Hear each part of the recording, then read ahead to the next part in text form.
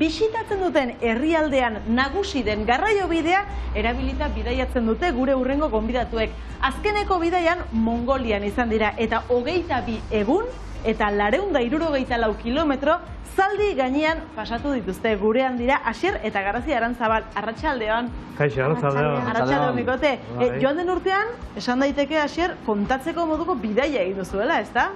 Bai, bidaia berezia edo bai, muturreko leku batera joan ginen, ez? Bai, urruti dagoelako, Mongoliako iparraldean, Siberiarekin mugan dagoenan tartetxo lekutxo batean, eta baita ere, bertako kultura baita ere muturrekoa. Zenan goian mendia da, taiga dago, eta han baso borealaretan bizi dira txahatanak. Txahatanak dira mongoliar batzuk, abeltzaina dira, baina behiak, ardiak eta jakak eta zaldiak izan beharrean, elur horreinak dituzte.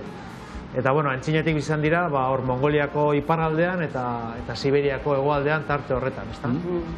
Garazi, ametxetako bidaia bat ematen du honek askorentzat eta zu bertan izan zara, zer moduz? Ondo. Bai? Bai. Nola gogoratzen duzu bidaia hori? Pasatu nuela ondo eta pozik. Familian joan zineten, ezta? Bai. Nor joan zineten? Aita, ama, Usue eta ni. Aizparekin batera. Bai. Aizparekin batera. Eta oraintxo kontatuko diguzu, baina zaldian ibili zineten, hori esperientzia bikaina izango zen, ez? Bai. Hala ere oso okerrez baldin bagaude, Garazi, zu zaldian ibiltzen ikasitakoa zara, ezta? Bai. Bai? Nun ikasi duzu? Zornotzan dekogu lan erritik apurtxo bet urruna, lan zalditegi bat eta hor 3 urte. Hori da. 3 urte zaldian ibiltzen ikasitakoa. Bai, hori da pazientziarekin eta ondo prestatutako bidaia bat, ezta? Asier, zuek hori ondo planifikatuta zen eukaten? Bai, 2005an izan ginen 1002, leku berdina, inguru hartan, txahatanak ere ikusten joan ginen, beste kanpamentu batean egon ginen garai hartan, eta handik bueltan, esan genuen, jona bueltatu behar gara, eta inoiz seme-alabak baldin baditugu, haiekin bueltatu behar gara, ez?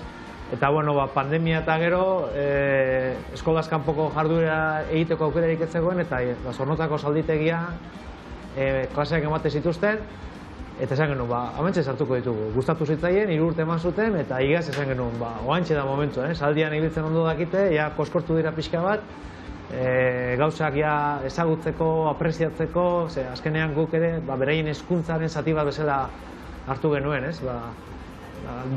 Munduan, muturreko lekuetan, jentea nola bizi den ere ikusteko, ez? Oso desberdina dela bizi modua hemendik kanpo. Eta oantxatea zen. Hizkuntzak dira bidaiatzen dugunean arazo bat leku askotan. Inglesa ezinbestekoa da edozein mundu bazterrean, edo sasi inglesa, edo aldana. Baina hizkuntza gutxitu batekoak geranok, beti izaten dugu kezka hori, ez? Laponia aipatu dugu. Zuek bisitatutako leku hortan izango dute etnia aparteko bat baldin bada, izango dute hizkera bat edo hizkuntza bat ez dana Mongolian ofiziala? Mongolian nik uste dialektuak zutena. Eurek hitz egiten dute mongoliera eta txahatanak, egia da, arrazoi duzu, txahatanak mongoliera hitz egite zuten, ze gure bi gidariekin komunikatzeko gai ziren, baina haiek hitz egiteko daukaten beste hizkuntza jatorri turkiera daukala. Han inguruan bizi diren herrialde asko. Bai, baina gure erronka zen, gure gidari biek ere zuten inglesa hitz egiten, eta komunikatzeko modua beti zen, gestuak edo kuadernotxo bat eramaten genuen. Marrazki bidez. Marrazki bidez, noski. Eta baita ere, 2005an egin genuen liburuzka bat, mongoliera inglesea hola esaldiekin, esaldiak bilatu eta esaldiekin komunikatzen saiatu. Garazi, zuek lagunak ere egintzen dituen eta oreinekin ibiltzeko aukera, elur oreinekin ibiltzeko aukera ere izan zen duten, nola izan zen hori? Izan duen moduan aitak, egon tipi batean, eta egon ziren batzuk, eta esan zegoen ian nahi badago jolastu. Eta joan ginen jolastera eta horren egunean joan ziren baso moduko batera, eta hor ni joan nintzen eurekin eta joan nintzen hori gainean. Eta Orain- beraiekin hitz egiteko, nola egiten zenuen? Nola Ba. komunikatzen zinen haiekin? Keinu bidez. Keinu bidez. Bai. Ah. Keinu bidez. Eta oreinekin hitz egiteko? Bueno, ikutuz. Ikutu, ez da? Bai, ez da. Haiek ulertzen zuten, bazekiten zer egin behar zuten, ez da? Bai, Bai. bai. Haze, abentura, hor ikusten dituztegu ibai bat zeharkatzen, eta Bai. abentura ederra, eh? Bai.